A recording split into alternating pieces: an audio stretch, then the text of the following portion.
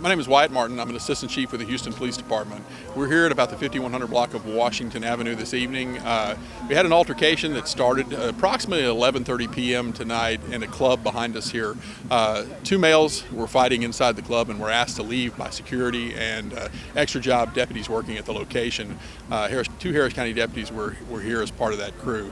They asked the gentleman to leave. They left the club, but began arguing with security and with the deputies about wanting to go back inside.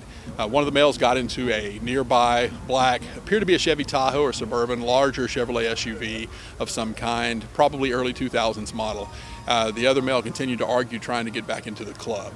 At one point, a female on the scene encouraged the other male to get in the car, and when he did, the driver produced a handgun and began firing at security and at the deputies. He did strike 4 people. None of the deputies were hit, but 4 other individuals were hit, including some security personnel.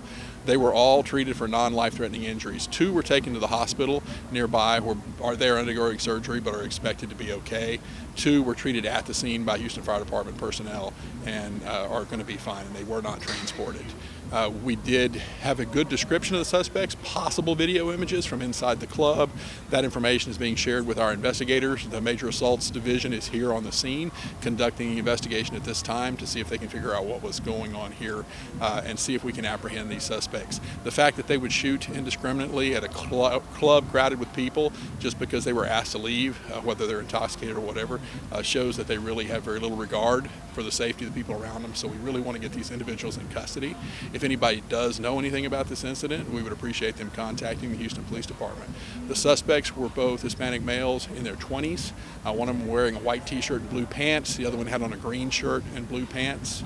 The deputies who were not hit are both veterans of the Harris County Sheriff's Department. One of them is a 30-year-old male who is a veteran of about 8 years with the department.